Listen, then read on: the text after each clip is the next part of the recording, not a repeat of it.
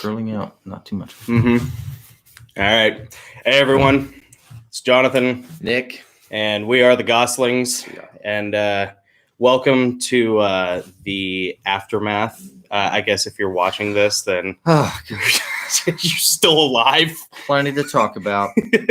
Not that we want to. No, we don't. No. And I told Nick probably about 2 hours ago, or no, it was earlier today. It was this morning. It's like, look, think about what you want to talk about. I just I totally dumped it in his lap. Yeah. And pretty much the only thing that I have to mention is I had compiled some notes from where I was writing an unabridged edition of Empyrean Falling, first book.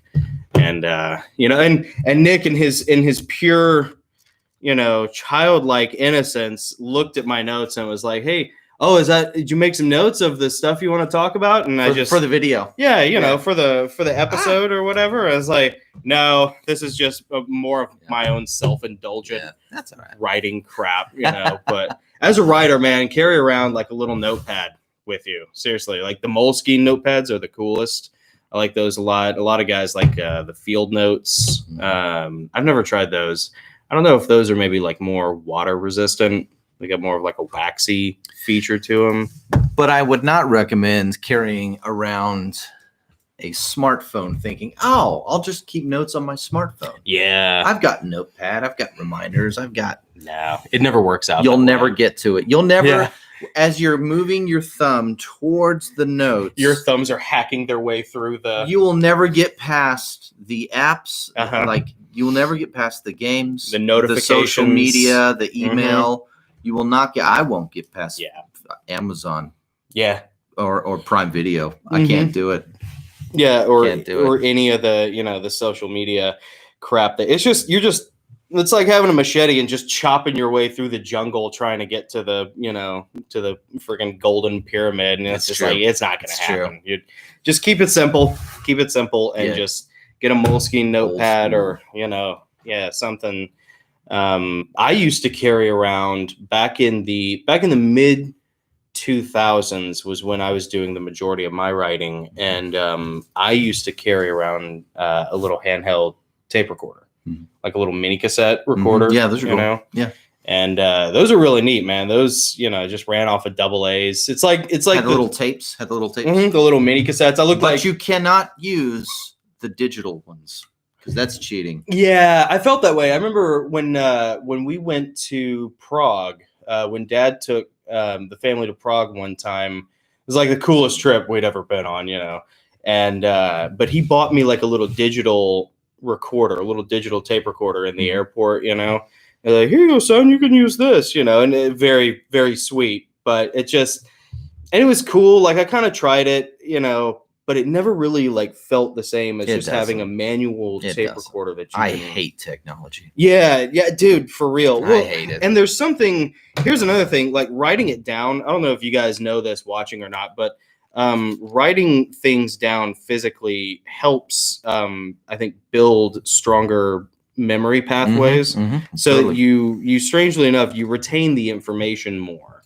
And I don't know, I find it really helps solidify and keep things going. And the tape recorder is just there for when you're in the car, or you're in a restaurant, or you're somewhere where you can't write something down. You're not hands free. Yeah. And you have to be able to. Yeah. That's not your first go-to. The first go-to has always got to be the notepad. And it's the same for when you're actually sitting down and writing too. One thing we haven't done in a long time is the typewriter session. I know. Typewriter session. I thought about that. Typewriter sesh. Yeah, and that changes the way you type too. It does. Changes the tone. I thought about that because there was a post that Stephen Pressfield had made on his Instagram, and I don't know exactly. I don't remember what it was for. It was for some manuscript or some book that I had never heard of his, but apparently he wrote it on a typewriter. Cool. And I was like, that's cool. We should do that for the next video next week. Oh yeah. We should each type one page between now and then. Oh yeah. And then we can we can Share I will bite the bullet and actually read whatever it is I write on the typewriter live on this video, which is fresh, a horrifying prospect. Hot off the presses. Any writer or introvert like me. Yeah, but I'll do it. But that'd be cool. That'd be cool. Well, it's just interesting how it really does make you sound more like Ernest Hemingway without trying. You know, it's just you're not as well. Speak for yourself. Yeah, that might work for you. I don't sound anything like Ernest Hemingway. Yeah, really? No, I don't. It doesn't make you like more utilitarian. No, it does for sure. Okay. It's sure, but it doesn't read like Ernest Hemingway. I got you. Well, I mean, neither does mine, but you know, it reads like Ernest Hemingway's, you know, very special cousin that no one talks about. It reads like the guy who pours Ernest Hemingway's coffee. Right. Yeah. At the cafe that wants to be Ernest Hemingway. Yeah. And has read all his books. I love your process. Mm-hmm. Yeah. Yeah. I too write at a standing desk with no shirt on and a shotgun, you know, in my mouth the whole time. See, that's a callback to last week. Oh no. I know. Yeah. Oh no, the callback. Whatever. You know. So great. Anyway, so did you have anything that you wanted to? We wanted to talk about. We mentioned last week we wanted to talk about the trip to Georgia. That's right. The Sasquatch Expedition Bigfoot. Yeah. In Cherry Log, Georgia. Bigfoot. It is the world's. Actually, it's not the. It's Northeast Georgia's largest Bigfoot museum. Are there? You know, I didn't do any research. I didn't think about it, but are there multiple Bigfoot museums? There's got to be. I don't around the country. I don't know. I only searched in North Georgia. Okay, and went for the biggest. Yeah, I mean, fair enough. You know, it wins local prize at least. I love it. You know, it was great though. It was a small building, but it was super dense, packed. Yeah, it was exhibits. You know, it was bigger than I thought it would be though. Maybe it's like a House of Leaves thing. It's bigger on the inside than it is feels on the like outside. it feels like it. Probably because they have so much stuff in there. They do, yeah. Well, that building is deceptive because it looks a certain size from the road, but then when you get in, you realize that like, you know, there are two different movie theater areas, you know, and one's really tiny, but then they have like the larger, you know, sort of museum style movie theater area, and then they have, I guess it's really just primarily 2 rooms with exhibits, but you're right. Like it's so jam-packed full of stuff. It's just, I mean, like we were there for probably 3 hours at least. Yeah. And, I mean, we both were taking notes, just, you know, furiously writing down stuff. And really, honestly, you almost want to go in there with a GoPro and just, you know, which they would probably discourage. So hide it. Yeah. Or just take pictures. I guess we took a lot of pictures. Yeah. Oh yeah. You know. Yeah, I would say the building is probably in thirds. 2/3 of it is exhibit, and 1/3 of it is gift shop. Right. Yeah. So you think when you walk up, you're like, it kind of looks like a double wide with a porch. It's not a double wide with a porch, but it's like size wise. It doesn't like have the appearance. Yeah. It's just the size. You're thinking, when you're building, like it looks rather small. You go in and it's huge inside compared to what you're expecting. And yeah, like 1/3 of it's a gift shop. It's a great gift shop. It is. Yeah. It was gratifying. Gift shop. Yeah. A coffee mug, action figure. You know, little Bigfoot, a little bit of everything. Totem, they didn't have a ton of Dogman stuff. They didn't talk a lot about Dogman. Oh yeah, Dogman is still, I think, like it's creeping in. More people I talk to about Bigfoot, I'm surprised at the number of people who know about Dogman.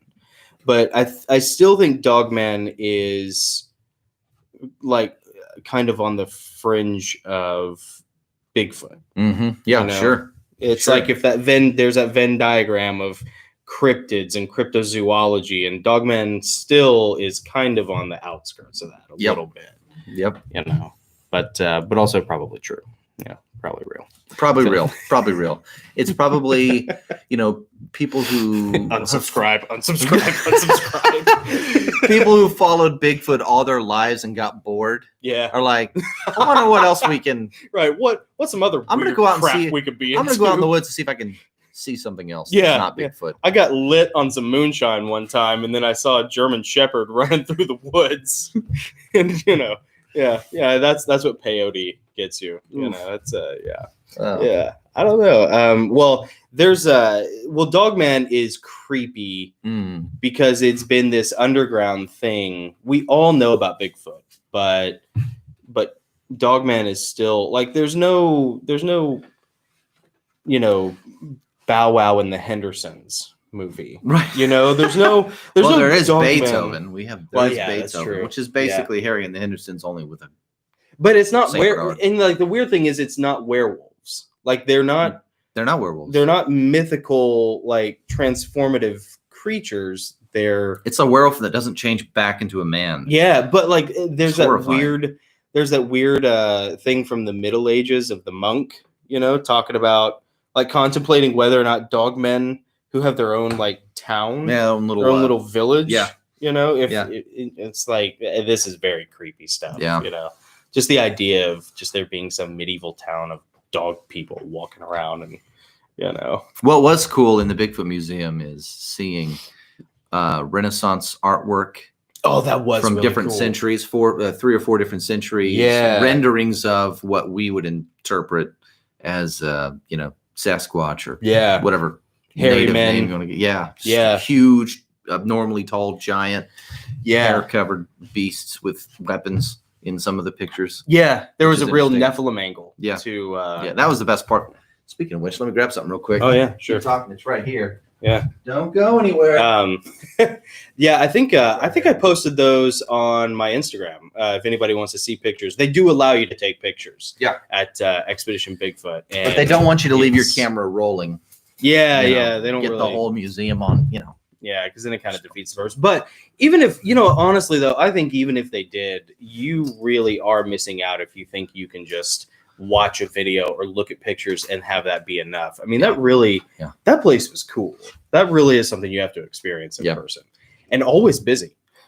Oh, it was packed. Yeah. It was packed. This is one of the books I got in the gift shop. I should have got that book. That book is cool. This one looked the most interesting to me because I'm a huge student of Nephilim history. There you go. Yeah. And apologies if this is reversed, but Giants on record, very good. These two guys, actually, these researchers are more of the take a more evolutionary, Darwinistic really on this. So they do mention the more biblically based theories in Nephilim. Yeah. But not like Gary Wayne. Oh yeah. Not like Gary Wayne. But what is great about this book is there are hundreds of newspaper clippings from late 1800s, early 1900s, where they are finding these giant skeletons. Most of them under burial mounds. Indian burial mounds is typically where they're finding them. Indian burial mounds, which are Indian, Indian burial mounds. And that's a great chart. You got to show. Yeah, check that out. So giants on record, their height, and different accounts from history. I mean, a lot of these. Some of these go back to skeletons found in ancient Rome, Greece, and some even earlier. And it's not just they found the skeleton and dated them, say, oh, this, based on, carbon dating, whatever, this is something that because of the region and the carbon dating, it must have, this person must have died or that they were buried during, that period of time. There are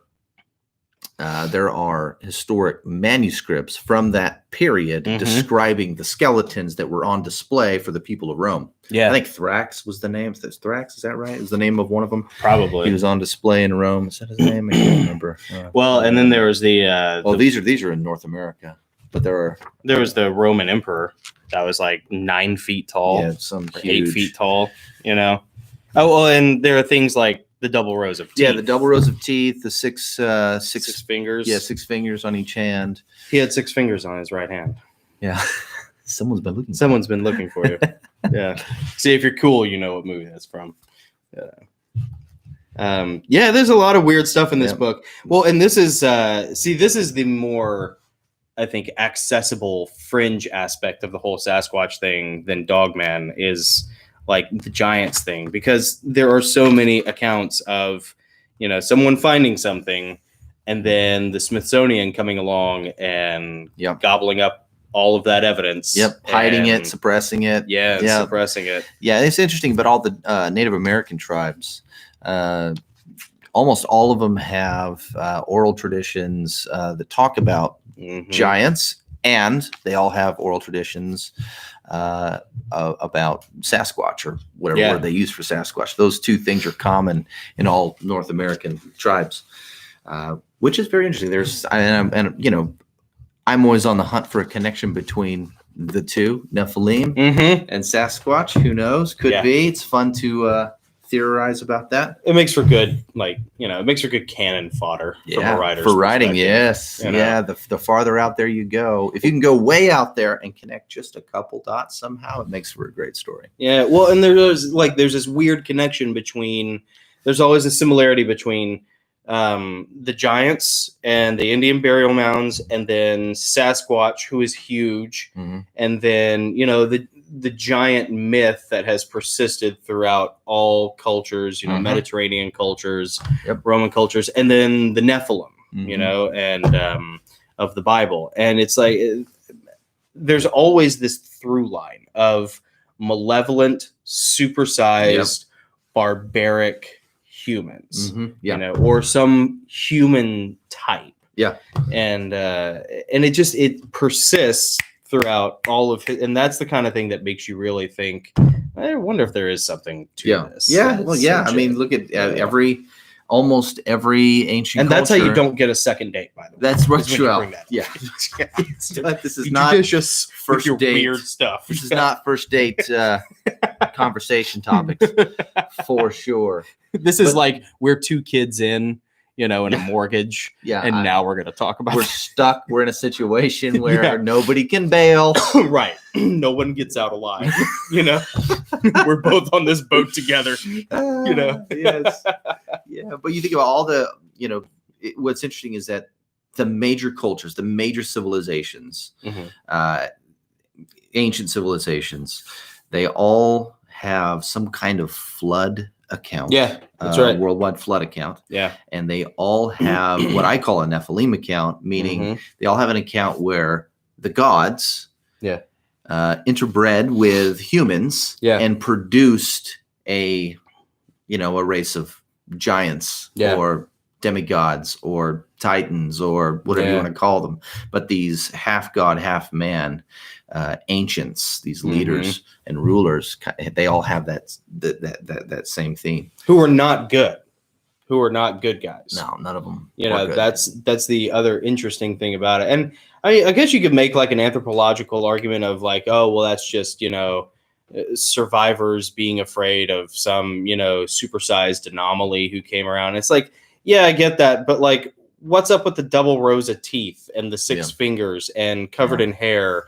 And it just, I don't know. It's a weird thing that, and the malevolence, the insatiable appetite, the conquesting, murderous nature, the inability to get along with other cultures, but yet they don't survive. See, from like from an anthropological or evolutionary standpoint, you would think that, the giants would be the good guys, sort of like they would be lionized as your, like your Gilgamesh or your Richard the Lionheart or, your heroes of old, like in the truest sense of the form, because they would be the ones who survive.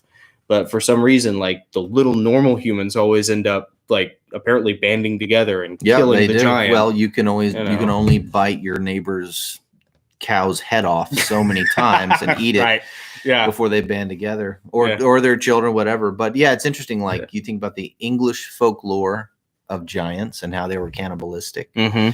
And many Native American tribes have a similar folklore where these giants were red-headed, double rows of teeth, but they were also cannibalistic. And there's actually I don't have it. I think it's on my phone.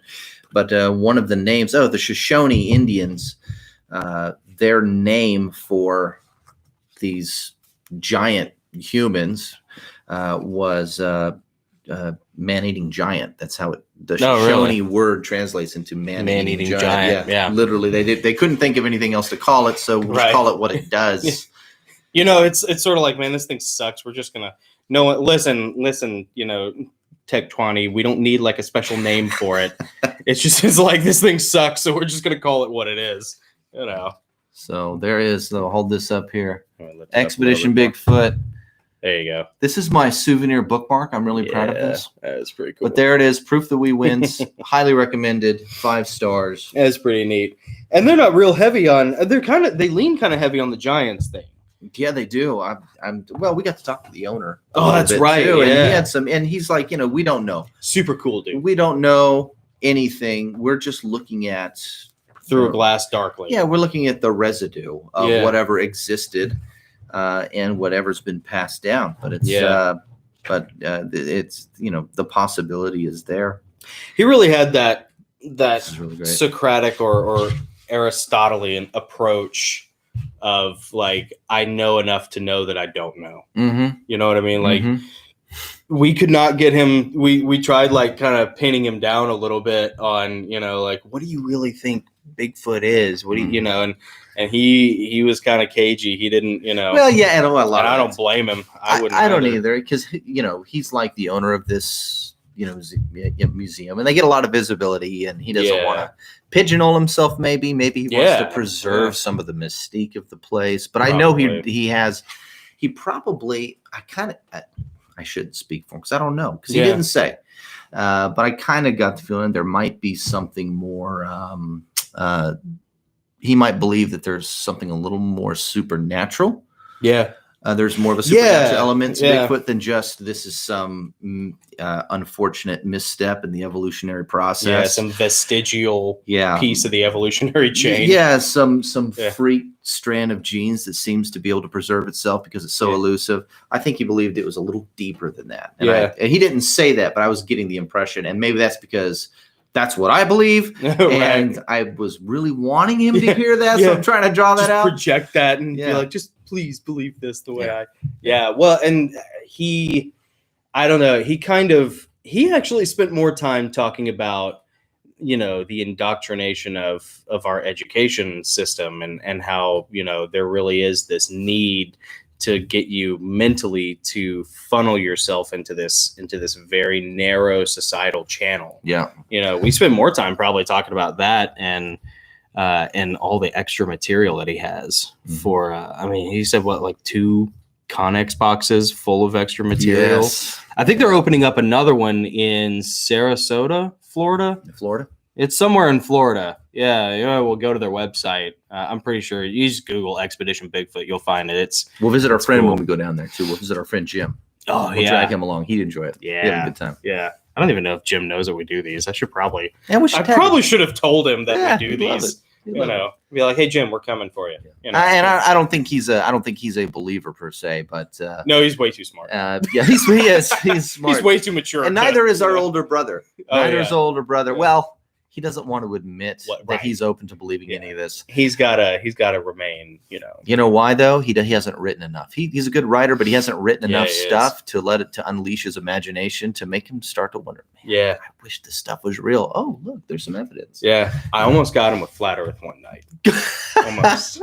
You haven't even got me, and I haven't even gotten myself everything with Flat Earth. Yeah, I think a lot of Flat Earth too is at least for myself, I think it's maybe projection, but it's just like you don't really believe it, but you just know that you don't believe all the crap you're seeing from the the state sponsored authorities. Yeah, there's less and less trust in that by the day. I think really that Flat Earth thing is really more than anything at least a Christian or biblically based outcropping of this just mistrust of of the beast system. Well, there's a beast system. There is. Read Gary Wayne's book, The Genesis 6 Conspiracy. Yeah, it's huge. It's a culmination of 30 years of research.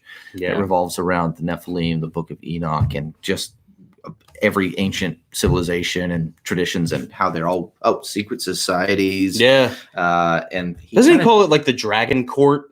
Yeah, something like that. Yeah, he's got like a really cool name for and he weaves it all together into this grand theory, really, and it's a breathtaking work, actually. Well, and it's it really is like going to a dictionary, because you can thumb to it's fairly compartmentalized, so that you can like just thumb through to and find a certain thing. Like I did it for the Leviathan for Sturm und Drang, the third book in the Heavenly Realm series. I incorporated Leviathan and Lilith both into those books, and they were fairly new integrations because that book had been technically written for like 13 years.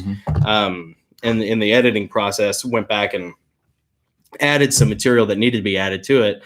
And I pulled directly from Gary Wayne from, the Genesis 6 project. And you don't have to read like the whole book, thank God, to be able to. Huge. Yeah. I've read most of it. Yeah. And I need to go back again. It's just so dense. You just want to go back and reread. I have reread several chapters just because the topic was interesting or useful at the time when I was writing. Yeah, it's very encyclopedic. Well, and it seems like a good beach book, because it's like it's broken up into little chunks. Yeah, sort of like the War a of nonfiction Art, beach book.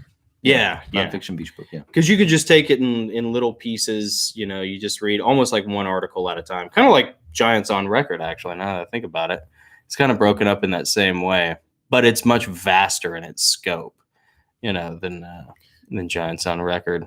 Speaking of the War of Art, would you say, and it's just kind of changing topics, but would you say that the War of Art is probably the greatest book about writing ever written? Yeah, I think so. You think so? Yeah, hands down. It's got to be the top selling. Yeah, it's got to be the best. It seems like the most respectable. Like I know that. There are a ton of books out there, and I'm sure there are some that I am not aware of. There are tons that I'm not aware of, but. Like Stephen King's book is okay. The first 5 pages is okay. But first of all, like, let's just be honest. Stephen King is not the artistic archetype that you really want to aim for. You may, but I don't know any writers who really hold him in the loftiest regard when it comes to writing. To be perfectly, I know some people who really enjoy his books. I know a lot of people who think his books really sucked after he stopped doing coke, but whatever. So I don't know. I have no real love for him. So I never have. And so I don't really care, even though his book from a pop culture outside perspective really is considered kind of the main. The first 5 pages is good, but it's very specific in its scope. Eat, Shoots, and Leaves is really good, but it's all about grammar. The War of Art is spiritual Bushido for your writing. Yeah. You know what I mean? Yeah, like it gets deep into what the core, ethereal, almost cosmic processes are that you need to really focus on. And I'll say this too, another great book. I have it on audio, but I haven't read it, but I've listened to it. Tim Ferriss put together a book called Daily Rituals. Oh yeah. Yeah, that's a good idea. That is phenomenal. Daily Rituals is a synopsis of the daily rituals of he's got dozens of artists and musicians and writers in particular, or, people, inventors, just really renowned people over the past probably 400 years, and talks about, when they would create, how they would stimulate themselves. Oh yeah. Yeah. What their process was. And it was really interesting. And there was I would say probably 4/5 roughly of all those accounts of people's daily rituals that we really respect and know of. All those great artists, for the most part, did their writing in the morning. They were fueled by caffeine, nicotine, and usually other substances like drugs or alcohol. Right. Don't have to do that. I'm not saying you have to do that. Yeah. But they all had those. They either wrote super late at night, or they wrote super early in the morning, and they very rarely did anything in the middle of the day and none of them did anything with their family ever. They were all horrible people. This is sounding better and better all the time. It's sounding more accurate, actually. I'll never, I can get some of those things. I can do the early morning and the nicotine, and the coffee, caffeine, and maybe a drink or two. But these people hit everything hard all the time. Do you think that maybe there's a part of that is like that early 20th century spiritualism? Yeah, kind of some of it, mind expansion, totally, sort of hippie crap. You know? Yeah. I hate hippies. Just save the nation, beat a hippie. Just kidding. But I don't know. I mean, I was trying to think of a clever joke to where like all the hippies now are getting into their old age and need hip replacements, and I was like, "There's a joke there." I couldn't put it together. Apologies. there is something there. There is something. I don't know. Well, I mean, it's not like they have insurance. No, well, not anymore. You don't get insurance when you don't work. Why? Yeah, we'll save that for January 20th. Yeah, the episode we'll do then. Oh man, that'll be good. But I don't know. Yeah, those there's something that H.P. Lovecraft talks about in his Cthulhu mythos, where he talks about in the Cthulhu mythos, artists were more prone to be influenced by like these cosmic old ones and their malevolent, whisper across the ether of time and space, because they mentally existed on this sort of erratic fringe, and I think about that when I think about how, as artists, like, you really do need either late at night, early morning, to concentrate, because it is such a sensitive, delicate process. It's sort of like trying to like light a candle, or just hit a lighter and then try and walk around your house. Just the sheer movement, just not fast, but just the sheer movement of air threatens to always douse the flame. And that's kind of the creative spark of writing, metaphor. Like, you have to really protect that flame. Yes, you do. And you have to, that's why, like, that early morning thing, or super late at night is so great and such a potent, rich soil for you to like really plant your seeds and harvest in as a writer, because there's no other distractions. No one's up there, no one's riding their motorcycle, no one's mowing the lawn, there are no kids screaming, there's no one blaring their TV. I have to get up early and leave the house and go somewhere to write before anyone wakes up, even though I could do it here, but I can't do it here because there are too many distractions. And even when I get to the place where I write early in the morning, they have Wi-Fi. Yeah. So right. Yeah. There's still the second brigade, the second onslaught of distraction, trying to not give into that and just open resistance, up my as Stephen Pressfield puts it. Yeah. Oh, it's the worst. It's the worst. But if I can, if I can block out the noise and not have distraction, like the kids wanted to go, and I love spending time with them, but they wanted to go to Starbucks with it. I'm going to go to Starbucks and write this morning. And before you guys get up, I'll come home with donuts or something. Oh, can we go to Starbucks with you? We can all write together, because they like to do that too. Yeah. And I said, oh, I love that idea, but I really need some alone time. I'm behind. I need to be by myself. Yeah. Oh, I want to write with you. So, we can go back later together, but this morning, early in the morning, I need to. My time. Because my daughter, bless her heart, she's 8 years old. So she asks me how to spell every other word. And if I'm trying to write, you can't, it's like getting knocked off let's say you're a midget and you ride big horses and you're riding and you're just going. And every time somebody asks you how to spell something, you fall all the way down and have to climb take all the time the to way climb back all the up. way back on the huge horse and get back on. And right when you say giddy up, hey, how do you spell, whack?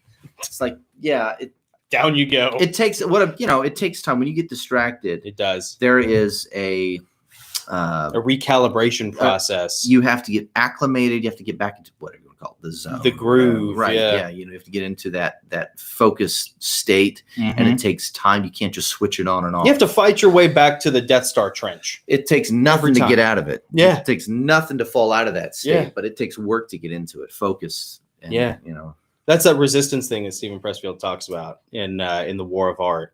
That's really cool. That he kind of he characterizes it or maybe codifies it in a way that seems very practical, And I gotta read it again. I gotta read that again.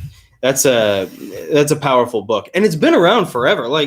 I mean, I discovered it in 2000, I think 5, maybe 2000. I don't remember. I remember handing it out to friends at church,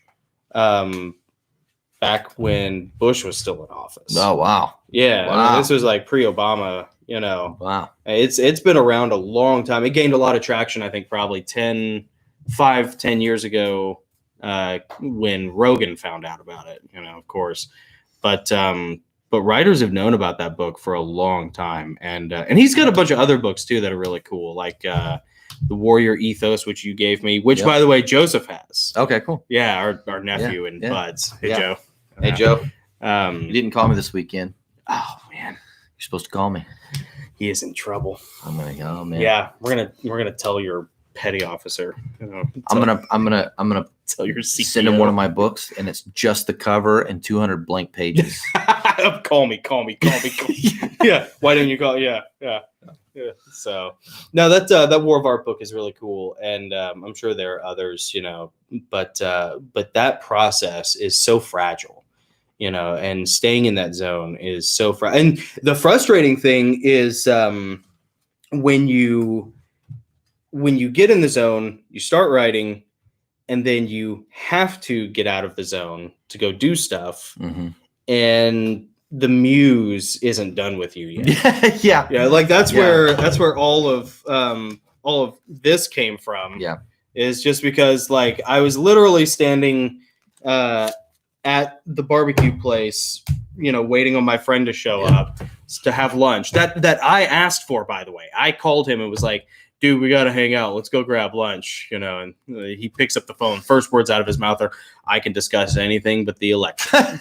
It's like, well, I don't know why you even bothered answering, but I've had several half hour to an hour conversations this weekend. Yeah. And I shouldn't have answered the phone. Not once. Yeah. Even when I called. Yeah. I should have known better. That's my fault. Yeah. At some point, look, if you crawl into the tiger cage, whose fault is it when you get scratched? Don't get mad when kitty scratch. Yeah. Well, we're all still here. Yeah. Country hadn't burned to the ground yet. Well, I'm saying, I think touching back on the pure writing style. Yeah. I think we should. I'm not saying you have to, but I'm going to write a 1-page thing on my typewriter this week. No, that's a good idea. To present, read on this video next week. Yeah, we can do that. That'd be fun. Yeah. You guys you'll get to see, how arrogant I am and how much I think of myself. Yeah, how incredibly self-absorbed and narcissistic and clueless I sound. It sound very full of myself when I write. It's like showing up to a funeral with copies of your own book. That you want to give to people. It's like there's a good marketing opportunity. All you got to do is walk up to the casket and slip your book under the arm of the person in the casket, and then just walk. Why did I think about that? Why didn't I think of that? And walk out, and then wait for about 10 minutes, and then come back in and take your pen out. Oh, I forgot. He wanted a signed copy. He wanted it. Yeah. Yeah. He really wanted to. Yeah. Good luck in your future travels. Wishing you health and a long life. Good luck. Yeah. Good luck up there. Or down there, whatever. Depending on who it is you grew up with. That's awesome.